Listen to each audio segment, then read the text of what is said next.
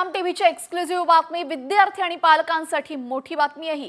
सीबीएसईच्या धर्तीवर इयत्ता पहिलीच्या विद्यार्थ्यांचे वर्ग 1 एप्रिल पासून भरवण्यात येणार आहेत।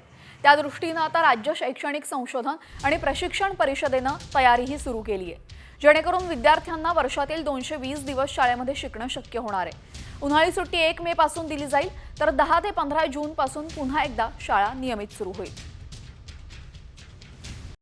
कॉमस्कोर नुसार आता isakal.com आहे देशातील नंबर 1 ची मराठी न्यूज वेबसाईट। प्रत्येक अपडेटसाठी isakal.com ला नक्की भेट द्या।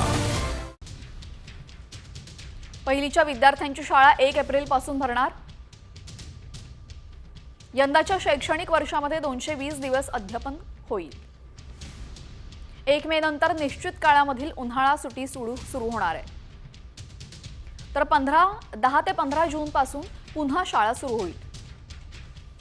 इयत्ता पहिली ते 9वीच्या विद्यार्थ्यांची आता एकाच वेळी परीक्षा होणार आहे।